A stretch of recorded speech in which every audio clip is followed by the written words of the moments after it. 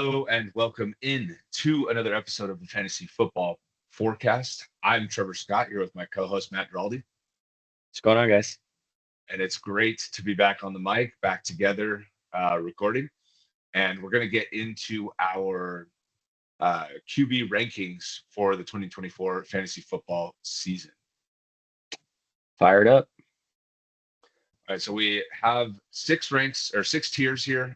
So we're gonna go through tier by tier, talk about some of these guys, and as we get to the lower tiers, hopefully we'll move along a little bit quicker. But starting in tier one, the elites, the first overall ranked quarterback for this season is Josh Allen. So Allen has been probably the most consistent fantasy quarterback over the last 4 years. He's finished number one 3 times. He's finished second the other time, only to Patrick Mahomes. Pretty locked and loaded. My only concern with him this year is something that we saw last year with Mahomes in terms of his weapons taking potentially a decent step backwards. So the loss of Stefon Diggs is definitely something worth noting. Now they did add Keon Coleman. They brought in uh, blanking on the dude's name from Washington.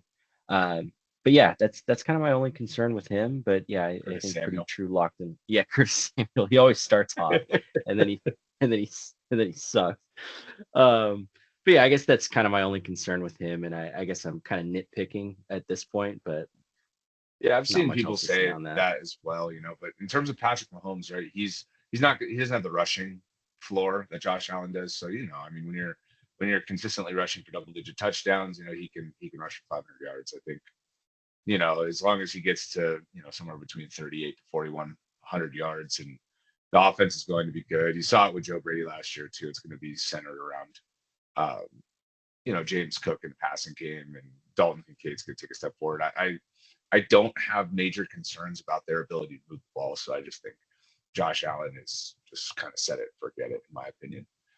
So moving on to number two, another Russian quarterback, we got Jalen Hurts.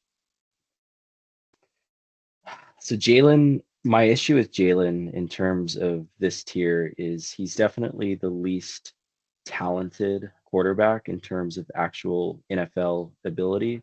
So, we saw what he did with Shane Steichen for those 2 years. We saw, the passing team really take a step back last year. They fired their OC. They brought in Kellen Moore, who I do think will kind of help rebound them. But again, just sort of nitpicking. If you want to dig deeper on the nitpicking, they lost Jason Kelsey. Maybe the tush push isn't as successful. Maybe they run Saquon a little bit more at the goal line.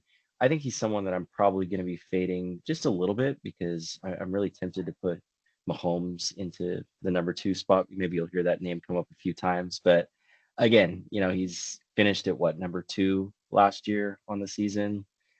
His rushing floor is solid too. So yeah, these guys are definitely in the top class. Yeah, in the year before too, he was number one before he got hurt, right? He got hurt week 15 or week 14, right before the end of the year.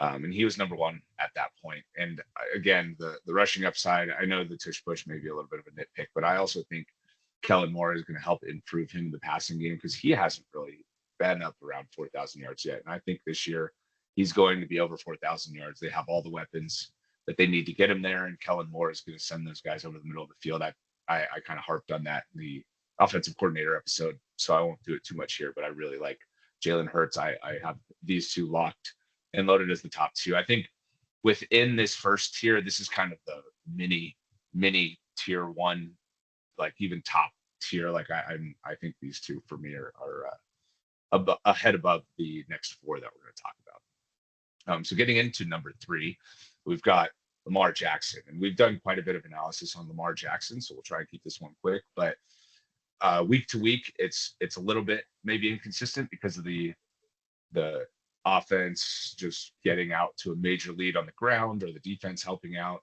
But obviously, Lamar has incredible upside. Right, he's going to rush for over 1,000 yards, and push 4,000 yards. Whoops, push 4,000 yards in the air. So I think two MVPs. He's been the QB1 overall. And maybe the game scripts work out in his favor for fantasy this year, and he doesn't have so many stinkers.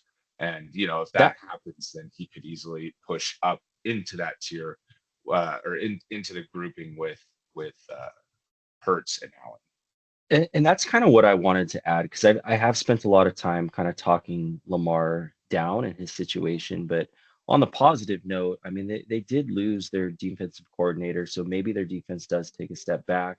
They've got the number two strength of schedule, so maybe they're in a few more shootouts this year. We know it's ground and pound with Henry, but yeah, I mean if he finishes as QB1, no one's going to be like, oh my God, I didn't see that happening, right? Yeah, exactly. And the ground and pound, I don't think affects his game as much, right? Like the obviously the first two score on the goal line a lot, and that's why they're so effective and why Mhm. they're so highly valuable in fantasy. Lamar doesn't score on the goal. So, when they get inside the 5 yard line, it's not like Lamar's running it. They're going to give those carries to Henry now. I mean, Gus Edwards had 13 touchdowns last year.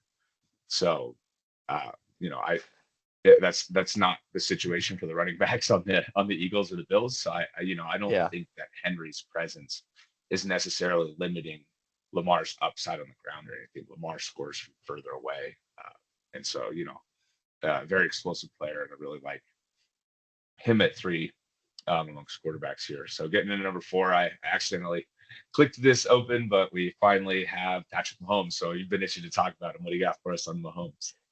Yeah, so I think he is a very good bounce back candidate for this year. I mean, his weapons last year, we've talked about this at length, were just really poor, and Rishi Rice didn't really come on until very end of the year.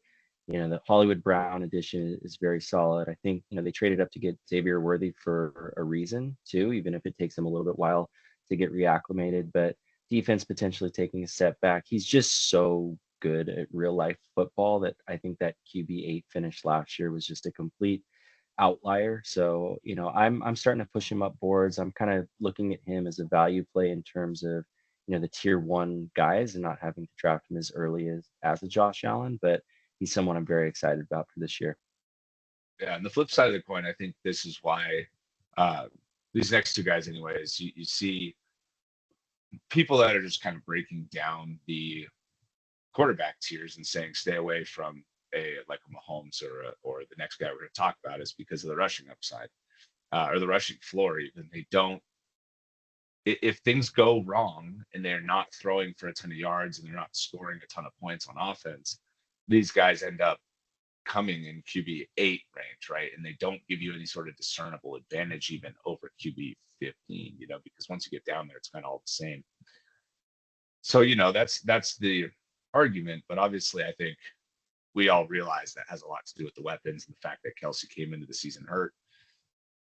So, Mahomes is obviously going to get pushed back up and could continue to ascend, based on the new weapons they brought in. But he's the one I don't think I'm going to move up at all. So I think we're going to end up being different on him because I actually have the opposite feeling. I kind of want to push him down the rankings because I know he's got Worthy and I know he's got Marquise Brown, but I still just am not sold on those guys being any sort of elite weapons. And I could be wrong, obviously, right? And if he is able to make those guys work well, he could get pushed up, but I'm not going to be. I'm probably in this tier going to end up with the least Mahomes because I think people are just going to be higher on him than I am. So getting into number five, this is arguably my favorite guy in the tier, This one's CJ all Stroud. you. Yeah, so I did short on CJ Stroud. I've been all over CJ Stroud in the video breakdown that we did of Lamar, Mahomes, and Stroud. I just think building off of his first year, full off season of preparation, bringing in Diggs, bringing in Joe Mixon, I think it is just to bolster the offense. It just feels like there's no way for him to fail here in terms of fantasy. I just think their offense isn't built either to run the ball. Like they're going to be throwing the ball a lot. It's going to be a high volume offense. The defense was pretty solid last year, but it's not like it's a top 10 defense or anything. They pick their spots against bad teams maybe in fantasy, but uh, it's not like some of these other defenses. All four of these other quarterbacks have better defenses than the Texans. So I just think that they're going to be throwing it a lot, 38, 40 times a game. I think his upside really looks like 5,000 yards and 40 touchdowns on through the air, and if he's on pace to do that through the first 3 or 4 weeks, like you're gonna wish you had him. And it's gonna be one of those things where in Superflex he goes at the end of the first round, beginning of the second round type of pick, and in redraft or in one quarterback leagues, he goes in the fifth, sixth round, and people are already starting to talk about him like he's the bust of this group, and they cite the rushing, which is a fair assessment, right? He's barely going to get 200 rushing yards. He doesn't run, but he's uniquely positioned in this spot because of the passing upside, and he's got very good weapons everywhere, right? We'll talk about the weapons separate videos, but the fact that it's crowded is why those guys are getting pushed down, not because they're not talented. They're all talented. And so I don't know. I just have a major crush on Stroud this year in terms of fantasy, and I really think he's going to do well. All right, on to the All next right. guy. I like Number Stroud too, 6, but not and as much as you do. yeah, not as much as me. And so I'm going to tee this guy up for you because you have this guy actually ranked ahead of Stroud, and that's Anthony Richardson.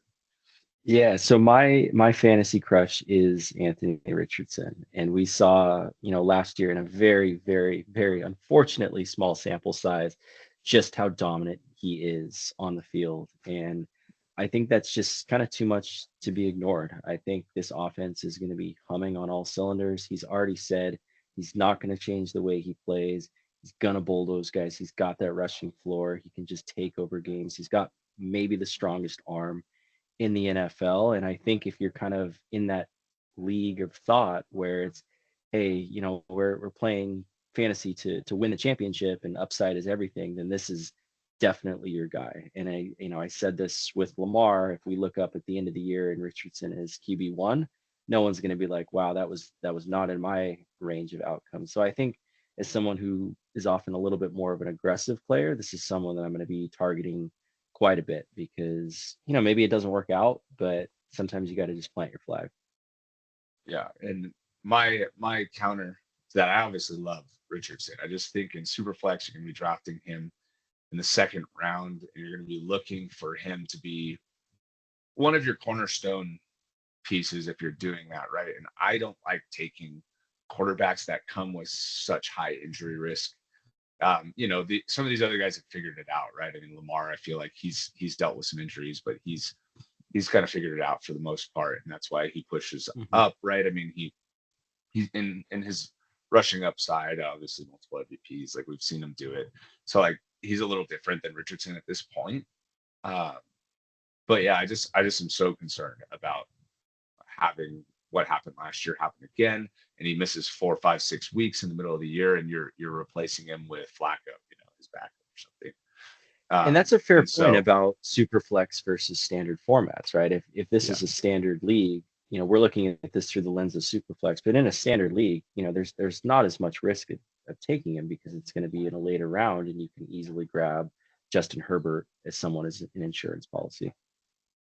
yeah, or even Dak Prescott, right? I mean, like you could really, even if you get Richardson, kind of pair him with uh, a much better quarterback than you'd be able to in super flex. So in single quarterback leagues, I wouldn't have any problem pushing him up. Like if you take him fourth, I would like go for it. He's got all the upside in the world. If it doesn't work out, you can pivot to somebody at the back end of the top 10 or top 12. But uh, for super flex, I hesitate. So, anyways, that's my only hesitation on Richardson. I do really like the player. I still would draft him in the second round. It's just, uh, if I could either get Stroud before him or wait a round or two, I might look at doing that just to be a little bit more risk averse. I know you said might as well go for the upside, but I struggle with that in a game where it's week to week and you're just trying to beat the guy across from you, and anything can happen once you get into the playoffs. I think just getting guys that are going to play and have that week to week consistency of trying to just always be putting pressure and putting points up on your opponents is kind of how I've started to draft. So a little bit more risk averse on my end. All right, let's get into tier 2, the near elites. And right, this top tier quarterbacks, it definitely feels like this is a major tier break, right? I mentioned like kind of a smaller tier break between 2 and 3 there, but this one feels like a major tier break here because Dak Prescott is my number 7, and he did finish in the top 3 last year, but I don't think anybody's going to go out. I don't think it's me going out on a limb to say he's not really in this other tier of quarterbacks when everything's going right for these other guys. So Dak, I obviously have him higher than the consensus, and it's because of the performance last year, and because nothing has really changed in terms of the offense, the coordinators, the head coach, the weapons. Everything is pretty much the same. No Michael Gallup, but he was hurt, not really that relevant last year. And they have Jalen Tolbert to kind of fill that role already on the roster. So I just expect it to be more of the CD Lamb and Jake Ferguson show here, and Dak just loading up both of those guys with targets, and Brandon Cooks still as a every third week can kind of pop off or score a long touchdown. So I very much expect Dallas's offense to be good. We'll see how their running game kind of shapes up. They went and signed Zeke. Obviously not going to be efficient there, but they have Rico Dowdle still. So I expect Dak to be very good. I obviously, having him at 7, I'm going to target him very heavily in all drafts. And he's one that I expect, to be healthy too. He had a couple injuries that felt more like flukes than anything. So I expect him to be highly productive here. I have the exact same take. I have him at 7 for the same exact reasons. All right, let's get into 8 then. So we got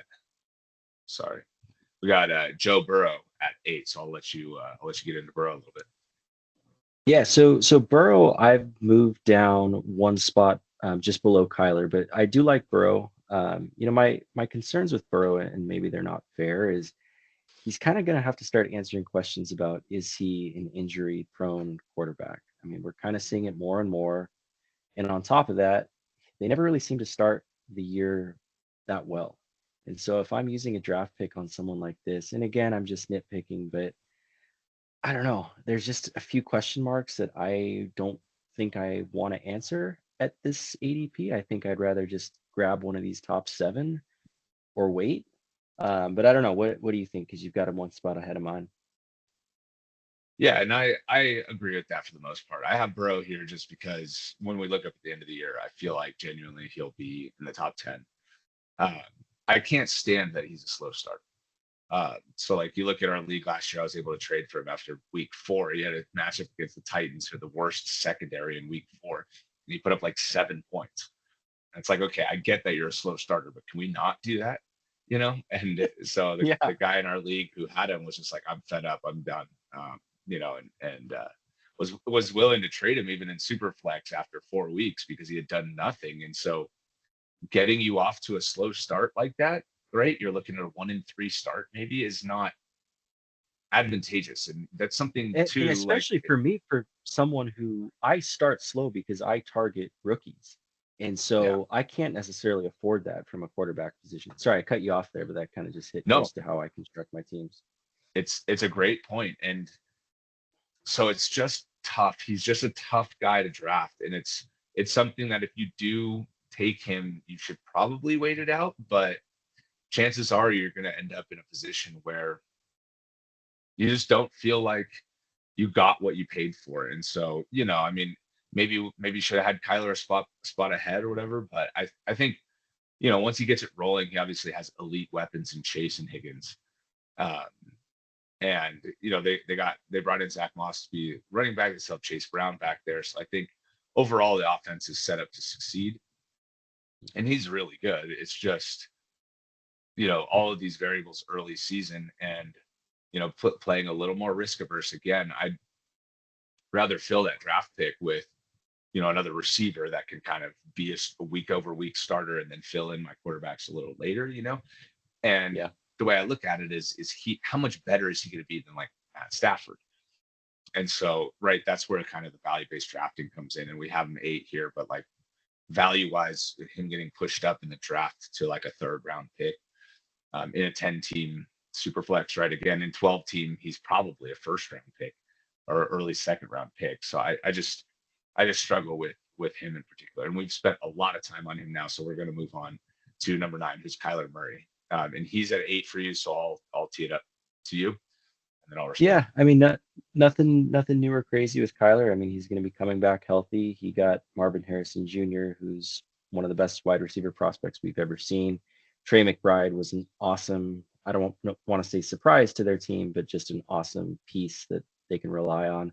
I think this Cardinals offense is going to be a lot better than maybe people are projecting. He's got a huge arm, but let's not forget that he's one of the fastest players at any position on the field. So I think that rushing upside is very, very tantalizing. Yeah, and honestly, when he came back from his ACL last year, it took longer maybe than a lot of people were expecting or thought. But then once he got back on the field, he kind of just looked like Kyler, which I thought was super, super encouraging. Something that I was definitely had an eye on for coming into this year. And he was right back to scoring 20 plus a game in 4-point passing touchdown leagues, and he was great. So if he's even healthier and like you said, he's fast. If he gets rushing additional rushing upside. I've been seeing people say, like, why isn't he in the top 5? People are talking about Anthony Richardson like he's in the top 5. Like, we've seen it from Kyler even more than we have from Richardson. So I get it with the upside. I mean, I drafted Kyler last year. It was great to have him down the stretch in Superflex. And so I totally understand all of the positives for Kyler. It's somebody that I would love to have. If there's maybe a break in quarterbacks after Burrow gets picked, type of thing, and you can get Kyler a little bit later, I think that's a good quarterback to target. Number 10, Jordan Love. So might be a little bit of a homer for me. I'm a Packer fan, so if on top You of the take this Chargers, one. but yeah. So Jordan Love, I think, was obviously a developmental quarterback when he got picked, and I think he was a major surprise last year in terms of how productive he was. I don't think anybody, even the biggest Packer fans, expected him to be so good through the air, and he ended up throwing for over 30 touchdowns in his first season as the starter. And you look at how young the team is, you look at how many weapons they have and how good the weapons seem to be with Christian Watson and Romeo Dobbs and Jalen Reed and even Dontavian Wicks. It just and Luke Musgrave, young tight end. Uh, they just signed Josh Jacobs. It just seems like another one of these guys that he's not going to rush a ton, but has just weapons all over the field for him, all up and down the roster. Everybody's young. So I think, he showed he could be a top 10 quarterback last year. He did it last year. And, I kind of expect him to do it again, bringing back a lot of the same cast. And, they'll have a better, well, I shouldn't say better, but they hopefully will have a healthier running game, and it'll be better when Jacobs is on the field because Aaron Jones missed a lot of time last year. So, yeah, we'll see how it turns out, but he's definitely somebody that I think everybody that takes him is going to be happy they did. I agree. And we're seeing a lot of kind of talk and content around, which Green Bay Packers wide receiver to target. And we'll probably do an episode along those lines. But to me, it's just like kind of similar with the Stroud situation and which receiver to take. It's like take their quarterback, man. They've got loads of weapons surrounding them. So I'm excited to draft Love. I've got him in the same spot as you do. So I think we're on the same page in that regard. Yeah, and he's somebody in Superflex that I'm comfortable with as my number 1, right? If I pick receivers or a couple running backs up top type of thing, and you're looking in round 4 and Love is still there, or even round 3, that he's definitely an option there as well. So I think definitely somebody I'm comfortable with as QB1. And in a 1 quarterback league, right? Like, if you take Richardson high, this is a great one to pair with him too, I think. And All right, and another at reason that 11, 1 quarterback leagues are becoming less popular because you can take Jordan Love in one of the last rounds in a 10 team. Sorry, it's just stupid. Yeah, exactly. Jordan Love in round 12. Just I'm not really all that. It's okay to play, but I'm not all that interested in playing in that. I feel like most people, as we get more and more competitive with fantasy, super flex is just becoming so much more popular. I think it's up. You sent me a clip that's like up to 25% of leagues are super flex now, up almost 10% over like the last 2 years. And obviously that's been our goal to try and fill that void with some content here on YouTube. But overall, Superflex is definitely the way to go. This is such a better strategy, and you learn a lot more of the quarterbacks, and they become just a lot more important to your league. So getting into number 11, we've got Brock Purdy. So I'll tee that up to you. Yeah, I've got Brock in the same spot here. He seems like a very safe pick, albeit maybe not the sexiest, but they've got an elite team. He's got elite weapons. We saw him be, what was he last year? Quarterback 6? I forget what he finished on the year last year. But in either way, just feels like a very safe pick. Even has a little bit of a rushing upside. Better athlete than people probably give him credit for. I think it's just because he kind of looks like the model at Kohl's or something like that. But he's not someone I'm hyper focused on. But I think this is a fair spot for him, and I think he'll have another pretty solid year. Yeah, and he's another one like Burrow, where if he's a top quarterback ranked on the board, I'm probably going to look for a different position, whether or not that's fair. I struggle with guys that the year before were ranked like at the bottom, right? Like Purdy was ranked outside the top 20 at quarterback last year, and then now we're pushing him up to 11. And so, like, I understand why. Obviously, best offense, like, are arguably one of the best offenses in the league, and he's at the helm. He's benefiting from all kinds of yards after catch, but like, not to say that that's his only game, right? He does have a lot of downfield ability, and he's been the best quarterback for the 49ers over the last few years. So I don't want to take anything away from him. It's just from a draft strategy perspective that I just don't necessarily know that he's a game breaker or that he's going to make a major difference like he did last year. You pick somebody at quarterback 21 and he ends up as quarterback 6. Like that's a major jump, and somebody in super flex that helps you win your league possibly, type of thing. And so when that value gets pushed up to 11, he has a little bit of regression in his numbers. I think he can easily finish in the top 10, but drafting him at 11 just doesn't present that same level of value as it did last year. So just a little tidbit on Purdy. So let's get into the tier 3. So these are the solid starters, right? Guys that don't necessarily have that top 5 upside. We haven't really seen it from them necessarily. And so number 12, Justin Herbert. And I said we haven't seen the top 5 upside, but in this case right here, this is more weapons and offense based. Right? We have seen him top 5, and that was in a much different offense though, right? So we're saying that now, right? We don't really see a path for him to get into the top 5 necessarily, but I do think that we have him higher than most in terms of our rankings, because in Superflex, I think he's obviously going to be the starter the whole time, and he's going to be still the captain of the offense, right? It's still going to be centered on him. They built the line in front of him, so he's going to have time to throw, and they're building up the running game so that he actually can play off of play action effectively. The linebackers will be pulled up towards the line, and so although his weapons aren't that good, I still expect that Herbert's going to be able to get the ball to Palmer, to Lad McConkey. And we saw it 2 years ago when he played a full healthy season, and Keenan Allen, Austin Eckler, and Mike Williams barely played together at all. And I know all of them on the field together is one thing, so they all kind of played in different spurts, but he threw for 4,700 yards in that season. And so 21 touchdowns wasn't that good. So that kind of limited his production for fantasy in that season. But I really think Herbert is going to be exceptional, even in a lower volume offense. Yeah, and his offensive line, man, with Slater and Alt as the anchors. If you give this guy time, he can throw it 70 yards down the field. Maybe DJ Chark hits a bomb. Maybe Brendan Rice makes the squad.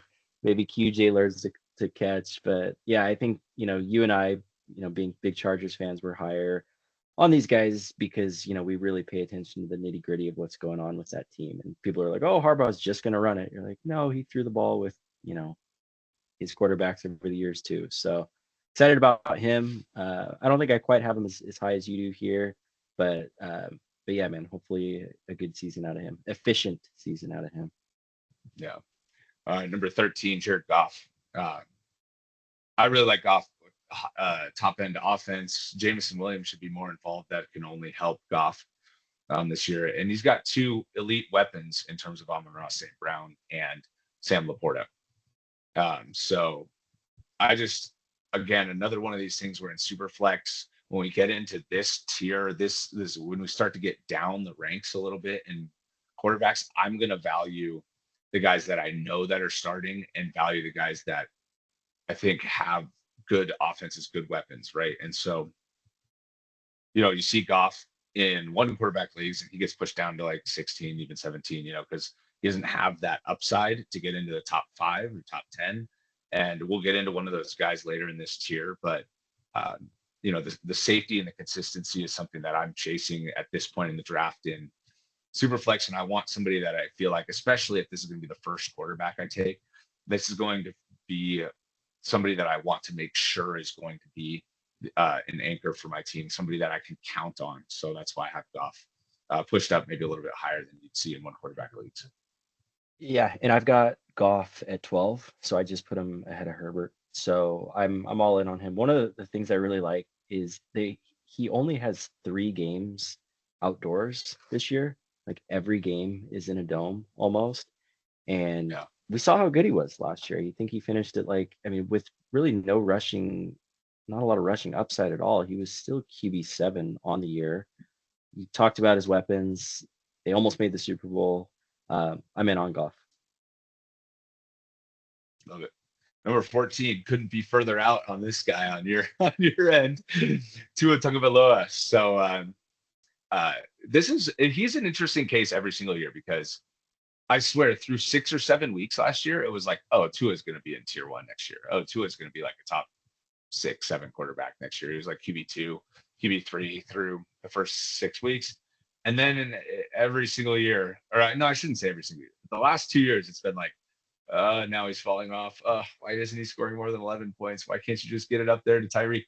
And and then inevitably he kind of slips back down into this middle of tier 3, like kind of in a 10-team super flex, even in 12 teams. I mean, he could. This is kind of where some of the quarterbacks, even in 12-team leagues, kind of start to spread out. You start to fill your other positions, and maybe somebody like Tua ends up like quote going as quarterback 16, 17, 18 in your drafts and gets pushed into the 4th or 5th round. So of 12-team, and in 10-team, I know you took him in the 5th round last year, right? And it was like his top quarterback on the board, but I could see him being another year where it's 4th, 5th, maybe 6th round pick for Tua. So I still really like him. I still wouldn't have any problem taking him, but yeah, give us the negative case. Well, I mean, he was QB 20 from week 9 onward last year, and he's he set the season not single season, but he had the highest passing yardage last year. It was the passing right? yard leader last year. Yep. And he still finished as QB overall? QB9 overall, while staying healthy when he's had injury concerns. I just feel like it's kind of a ticking time bomb. And obviously his weapons are elite, and so he can just kind of noodle arm it 20 yards to Tyreek, and so he can run backwards and catch the ball. But yeah, I wouldn't say noodle arm it. He's not. He can throw it further than 20 yards. Okay. 30 yards. No, it just seems like he's missing something in decision making or something. Like he's always there's looking just for the something bomb. off. Yeah, and it's so weird. it's Like when just, you actually watch like not red zone, but like a Miami Dolphins game, and you're like, it's just kind of uninspired. I don't really know what it is exactly, but it's just not pretty. yeah, and Dolphins fans always struggle with him. Just like thinking he's going to be great when he plays well, and then when he plays good teams, and that's the other thing about him. When he plays good teams, he always loses. He's like 1-9 against winning teams in the last 2 years or something like that. Something along those lines. Don't quote me on that stat, but yeah, it just feels like he always loses. They get to the playoffs and then they always have a first round exit with him. So, anyways, from a fantasy perspective, like you said, he finished number 9. It's somebody that I'm always going to be higher on. I like Tua, but I think it's mainly too because I always can get him late. So it's like one of those things where I always push him up a little bit and I feel good about him when I get him on draft day. And then, when we're coming into the playoffs, it's like, dude, could I have anybody else at quarterback for this guy right now? So let's get into number 15. Another guy that I'd push up the board because I really enjoy having a guy that I think is always going to play, is going to be solid and consistent. That's Kirk Cousins. Got a little chain Kirk Cousins there in the graphic, but I think changing offenses. I'm not generally a big proponent of picking players that are first year in their offense because we don't know what they're going to look like. But at quarterback, when you get down into the middle of the rankings here, I don't have a problem taking a shot on him. And he's going to Atlanta where they have awesome weapons. I mean, it just feels like they should be able to have Kirk get the ball to Pitts, get the ball to Bijan, get the ball to Drake London. And I think if the offense is concentrated on those three and Cousins is doing his thing, that he could have another major passing yard season, 4,600 yards. I agree. My only, I guess, concern would be, maybe Kevin O'Connell's system is better than we give it credit for, and he takes a step back just leaving that. But I think he's a safe pick for all the reasons that you said. He's just not someone I'm super stoked on, I guess, for this year.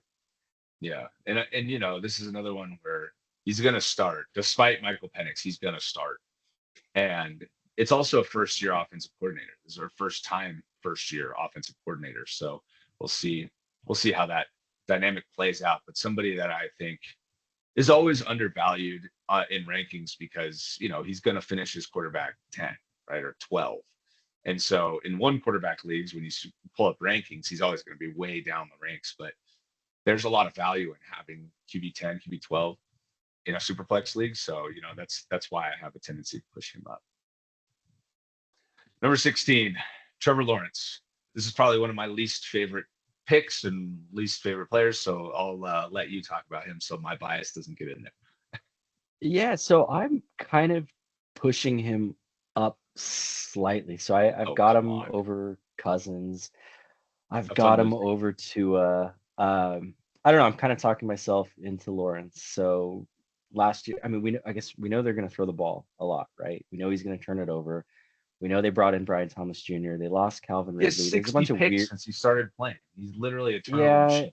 There's a bunch of like weird advanced stats about how they should have scored so many more touchdowns last year. But I think at this time last year, he was. Of course there are. He was awful. Of course, advanced stats are going to say, "Oh, he should have scored more." It's like, yeah, of course. How could it have been any worse? He was terrible. Yeah, I mean, at 16, I think I'm going to buy the dip somewhere, not everywhere, just because I know that he's going to huck it. I know that, yeah, he's got a little rushing upside, but I don't know. We'll see. I think he's one of the most overrated players in the NFL. But I think I like him a little bit more than you do. Yeah, and so I have him at 16, but I doubt I'm going to get him anywhere just because of what you just said, right? Yeah, people start to push him up as we get closer to the season. Everybody looks at the advanced metrics or looks at the last 6 games because he did play a lot better in the last 6 games and he was scoring a ton of points. He was rushing a lot more in those games. So if they go to that model to start in week 1, he's going to be better than this. But I just don't think they're going to, right? I don't think that they're going to just have him rush all year. The offense centers on ETN as it's currently constructed. They just lost Ridley in the offseason, and I know they replaced him in the draft, but I just with Brian Thomas Jr. But depending on how quickly he gets up to speed, will kind of dictate how good the wide receiver core is. And so I can't do it. I'm not drafting Lawrence. I also am a Charger fan, and so at heart, I'm never going to get over the fact that he came back and beat them in the playoffs 27-0. So yeah, I just all around negative vibes from Trevor Lawrence. So moving on, last guy in the tier here is Caleb Williams. And so this is going to seem a lot lower. I'm sure anybody watching this is like, where are the rookies? Where are the rookies? Because you look at a regular ranking set and both of these rookies are getting pushed into the top 12. And again, I think that has a lot to do with one quarterback rankings versus superflex rankings, where, taking a shot on a rookie can work out. But in general, rookie quarterbacks that just don't perform that well, really. I mean, we saw an amazing, way above expectations season from CJ Stroud last year, and he was QB 11, right? I mean, we were picking him as QB 26, right? So it felt much better to get QB 11, but even in Superflex, right? Obviously, he's an every week starter, but like if you had picked him at 17, that really wouldn't feel like that much of a jump. Like obviously, you got a good value on him, uh, but yeah. So rookie quarterbacks in general in fantasy just don't really pop that well, and so my preference on these rankings is just going to be to push these guys down because I'm going to push up all of the guys that I'm much more confident have in their roles and what they are. And I know, so when I'm taking them, I know that that's what I'm getting versus Caleb Williams. He could be QB 10. He has a very good offense, like arguably the best weapons around him of any quarterback in the league. But I have him at 17 just because I'm not 100% sold that right from day one, he's going to be able to go out there and put up 20 points a game. So what do you got on Caleb Williams? I've got him right around, I want to say 13 or 14, I think just behind Goff and headed to I'll check myself on that later. But I don't know. I just love Caleb Williams so much. And he's going into the best situation that maybe any rookie's ever gone into with just three elite wide receiver or not prospects, but players, one of whom is a prospect in Roma Dunze that they used their ninth, or I guess they moved up to 8 to make that pick or not. Whatever. No, they Uh picked him at 9. picked Roma. They picked him up. Oh yeah, because Atlanta Yeah, decided to take Michael Penix. Penix. Yeah. Uh but just such a great situation to go into. And I'll never forget the first time I saw Caleb Williams was, they were way down in the Red River rivalry game. Spencer Rattler was getting destroyed. Lincoln Riley brought on this freshman, and he was the best player on that field. And if you guys haven't watched the highlights of that game as a freshman, it just kind of cemented him as his superhero status. And then being a USC fan, blah blah blah blah blah. But his rushing upside is very solid too, which in my opinion sets a higher floor than rookies like CJ Stroud, who was a success last year, but even Bryce Young, who was more or less more a bust. But I'm in on him. I 100% back what you're saying with Superflex, having to be a little bit more conservative. But he's someone I'm very excited about based on situation and talent. Yeah, and as we get closer to the season, I likely will move Williams up, at least over Lawrence. And if we continue to get positive information on him, I could see pushing him up to 14, kind of where you have him, maybe above Tua. But he's somebody that in general I don't think I'm going to get, and I think putting him at 17 just highlights that in this video for me here. So. All right, with that, we are going to cut this at part 1 right here. So the next 3 tiers, we'll be doing a part 2 video of our QB rankings. So make sure to tune into that. And with that, thank you very much for watching. We'll see you in the next one.